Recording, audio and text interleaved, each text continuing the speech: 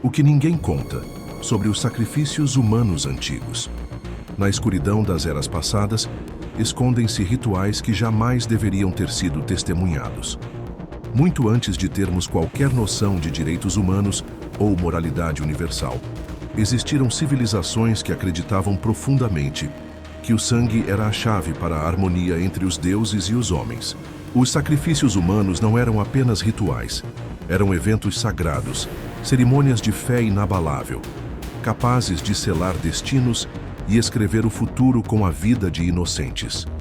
O que estamos prestes a revelar aqui não está nos livros escolares. São histórias enterradas sob séculos de silêncio, escondidas atrás de monumentos grandiosos, mitos distorcidos e tradições cuidadosamente reescritas. Neste vídeo, você vai mergulhar em um lado oculto da história, sombrio, brutal e profundamente perturbador.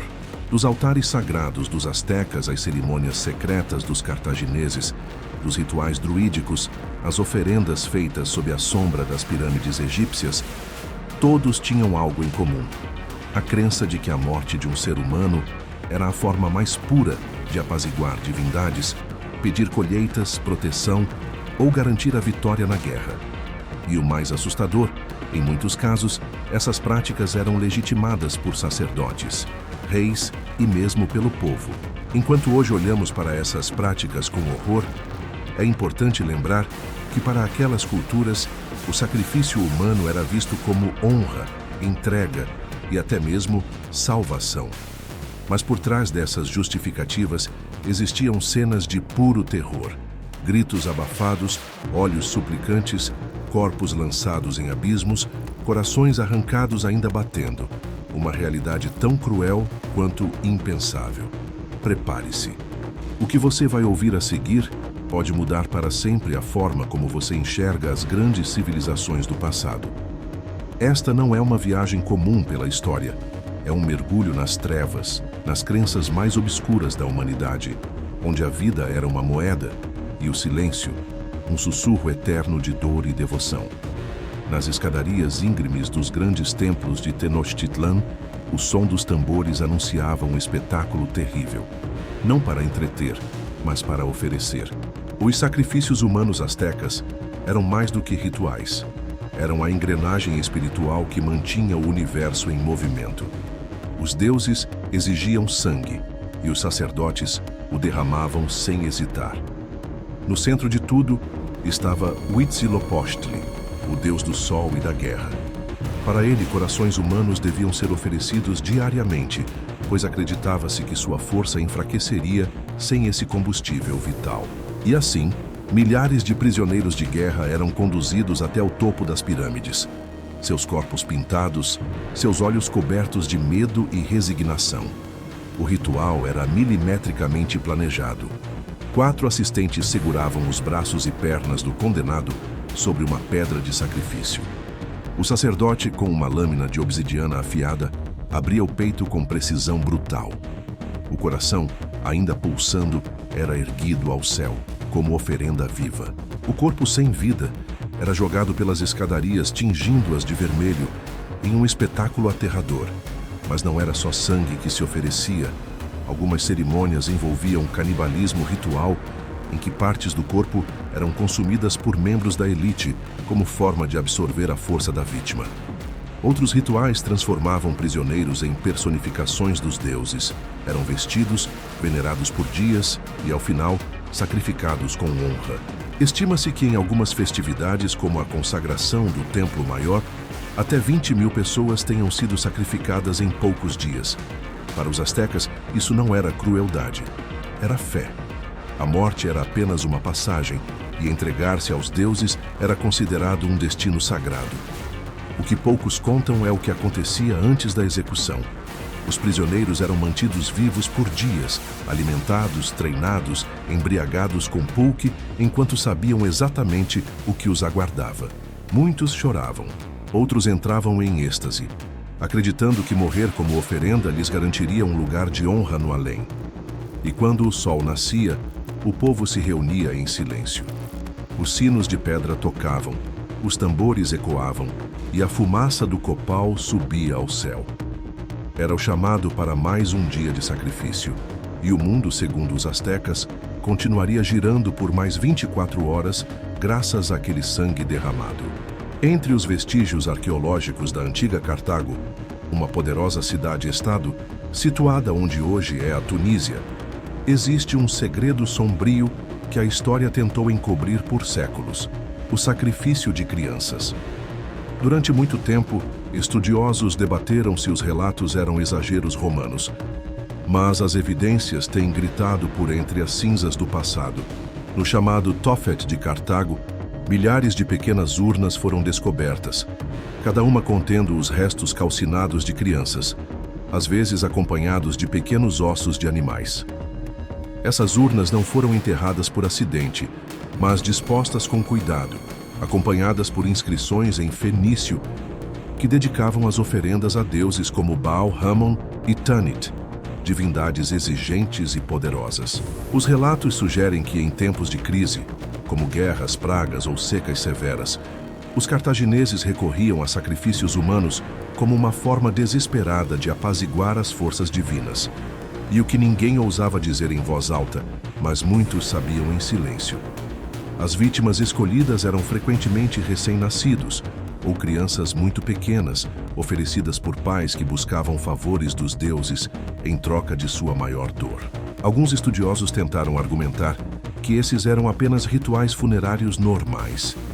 Mas o número assombroso de restos infantis, mais de 20.000 urnas em alguns sítios, indica que algo muito mais terrível estava acontecendo.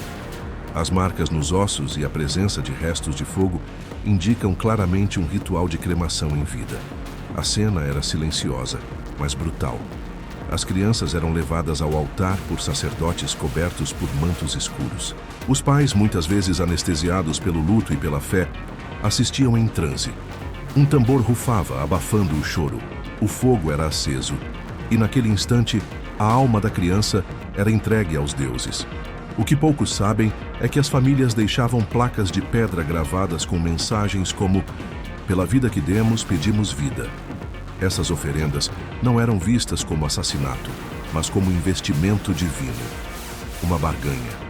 Um contrato sagrado entre homens e deuses. Mesmo com a destruição de Cartago pelos romanos, o mistério permaneceu.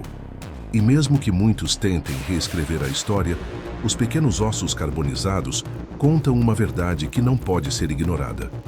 A cada camada escavada no solo, mais vozes infantis parecem sussurrar um lamento antigo, esquecido por milênios, mas que ainda ecoa nas pedras silenciosas do Tophet. A grandiosidade da China antiga é conhecida por seus impérios milenares, sua sabedoria filosófica e por inovações que moldaram a civilização moderna.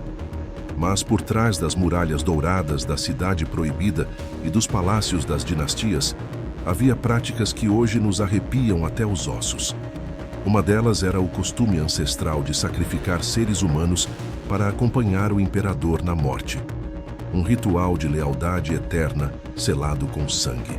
Esse costume, conhecido como Renjun, era comum durante as primeiras dinastias como a Shang, 1600 a.C., 1046 a.C., e até mesmo durante parte da Zhou. Quando um imperador ou nobre de alto escalão morria, seus servos, guardas e até esposas podiam ser enterrados vivos ao lado dele para continuar a servi-lo no além. Isso não era apenas um gesto simbólico. Era real, mortal, irreversível. Arqueólogos encontraram tumbas em locais como Anyang, antiga capital da dinastia Shang, contendo dezenas, às vezes centenas, de corpos sacrificados ao redor da câmara principal. Alguns demonstram sinais de estrangulamento. Outros parecem ter sido dispostos vivos e deixados à própria sorte, selados sob toneladas de terra. O mais inquietante, muitos desses sacrifícios não eram escravos ou prisioneiros de guerra. Eram membros da corte, eunucos, concubinas e até generais. Figuras de alto prestígio que, por dever ou medo, aceitavam o destino como honra final. Uma fidelidade que ultrapassava a vida.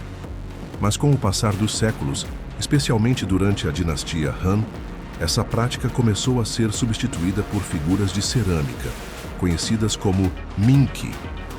Essa substituição foi vista como avanço moral e civilizatório, mas ao mesmo tempo refletia o temor crescente diante da brutalidade dos antigos rituais.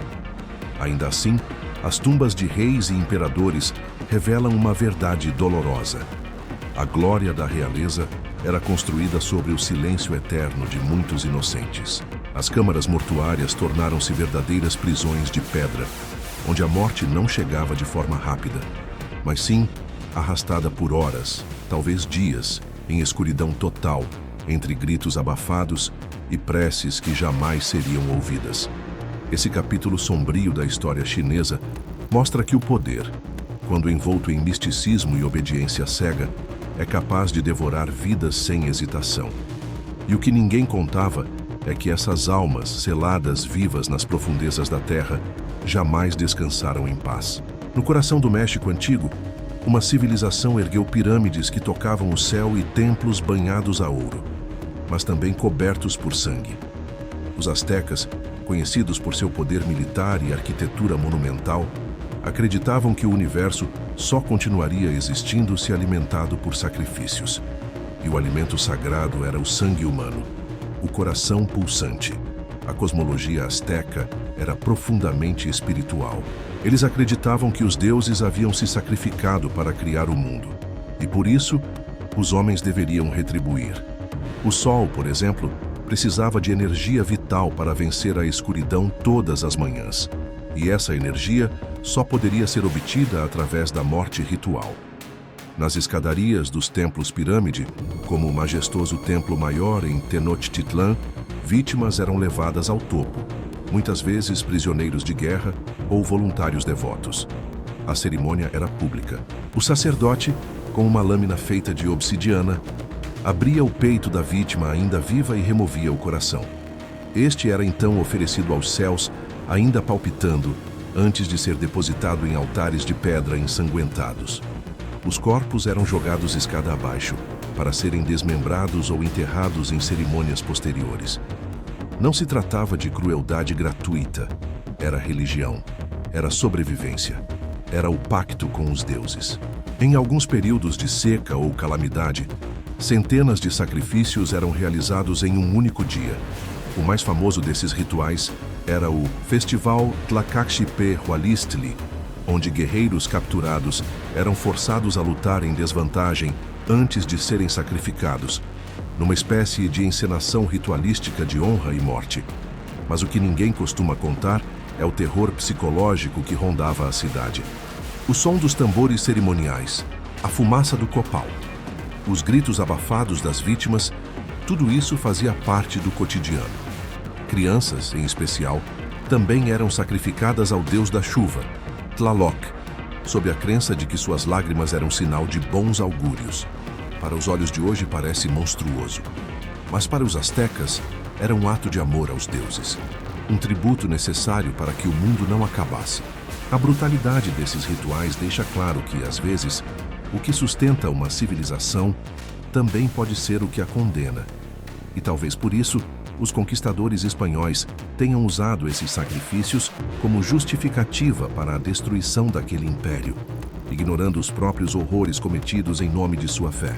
Os altares manchados de vermelho, as estátuas dos deuses com colares de mãos humanas e os registros gravados em códices são testemunhos de uma era onde o coração era a chave para a eternidade. Em meio às densas florestas enevoadas da Europa Ocidental, onde o sol mal tocava o chão e os ventos sussurravam antigos feitiços, vivia um povo envolto em mistério, os celtas. Entre eles, uma figura se destacava, o druida. Muito mais do que um sacerdote, ele era o detentor de sabedorias ancestrais, curandeiro, juiz e intérprete da vontade dos deuses. E entre os ritos que realizava, alguns carregavam o peso do sangue. Os sacrifícios humanos druídicos são, até hoje, envoltos em lendas, especulações e medo. Grande parte do que sabemos vem de relatos romanos, especialmente de Júlio César, que ao invadir a Gália, descreveu com horror os rituais praticados pelos druidas. Mas será que tudo foi exagerado para justificar a conquista? Ou havia mesmo algo sombrio acontecendo nas clareiras sagradas? Segundo os romanos, Os druidas realizavam sacrifícios em larga escala, principalmente em tempos de guerra ou crise. Vítimas eram escolhidas com base em presságios ou condenações, e os rituais eram realizados com uma solenidade arrepiante. Uma das práticas mais assustadoras descritas era o Homem de Vime, uma imensa estrutura de madeira em forma humana, onde prisioneiros vivos eram colocados dentro e queimados como oferenda aos deuses. A fumaça se erguia aos céus, levando junto os pedidos de proteção, fertilidade e vitória. A floresta era o templo, os rios, os altares, e o sangue que corria era considerado um vínculo direto com as forças da natureza. Os druidas acreditavam que, ao tirar a vida de alguém, estavam transferindo sua energia vital para o mundo espiritual. Isso lhes garantia respostas divinas, boas colheitas ou poder sobre os inimigos. As vítimas, muitas vezes, eram inimigos de guerra, mas também podiam ser pessoas comuns, acusadas de crimes ou mesmo voluntários em casos raros. Há registros arqueológicos, como os corpos dos pântanos encontrados na Irlanda e na Escócia, que sugerem que tais sacrifícios realmente ocorreram. Preservados pela turfa, alguns desses corpos mostram sinais de estrangulamento, perfuração e afogamento. Tudo ao mesmo tempo, como se uma morte múltipla fosse mais poderosa espiritualmente. Mas o que ninguém costuma contar é o impacto social e psicológico desses rituais.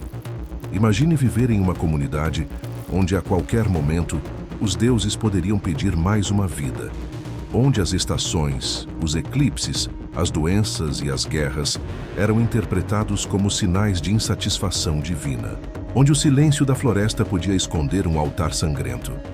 Com a cristianização da Europa, os ritos druídicos foram perseguidos, banidos e apagados dos registros oficiais. Mas as lendas sobreviveram. E com elas, o medo do que acontecia entre as árvores, nas noites em que os deuses exigiam sangue. Os druidas não usavam templos de pedra, mas sim a natureza viva. E cada sacrifício era um sussurro entre mundos, uma ponte entre o visível e o invisível, entre o que conhecemos e o que escolhemos esquecer.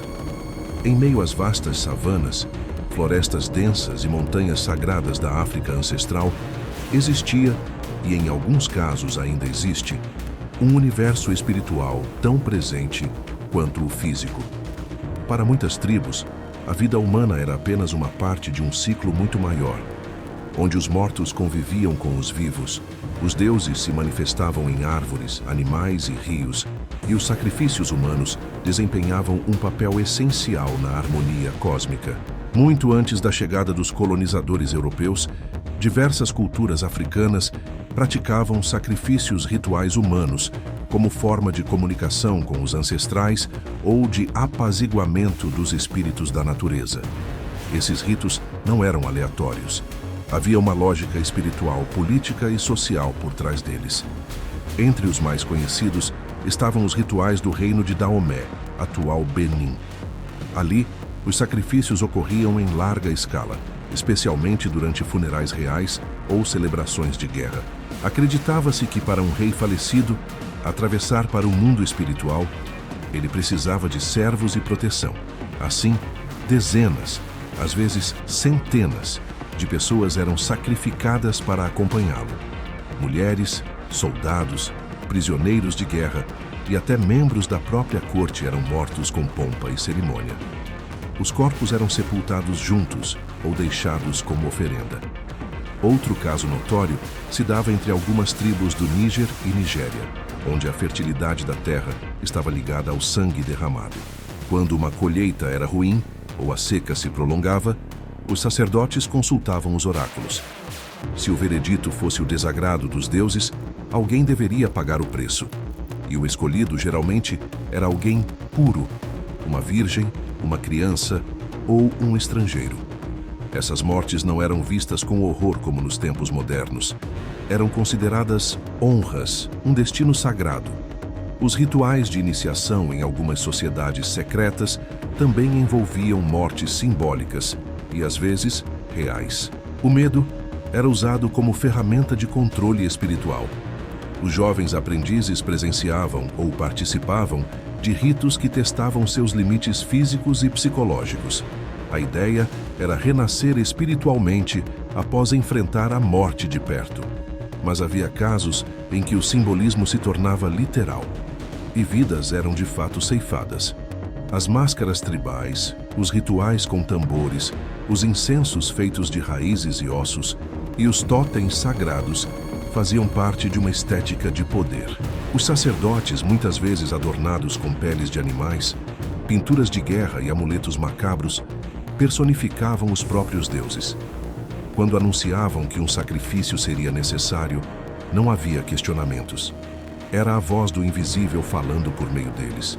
Mas por trás dessa espiritualidade intensa, havia também jogos de poder. Sacrifícios eram usados como forma de consolidar a autoridade, eliminar rivais ou manter o medo nas aldeias. A linha entre o sagrado e o político era tênue. Reis e chefes tribais usavam a religião como uma arma silenciosa, disfarçada de tradição. Com a colonização e a imposição das religiões ocidentais, muitos desses ritos foram banidos. Mas em algumas regiões isoladas, práticas semelhantes continuaram de forma secreta até o século XX. E há quem diga que ainda sobrevivem em sombras. O que ninguém te conta sobre os sacrifícios humanos africanos é que para os povos que os praticavam não havia terror.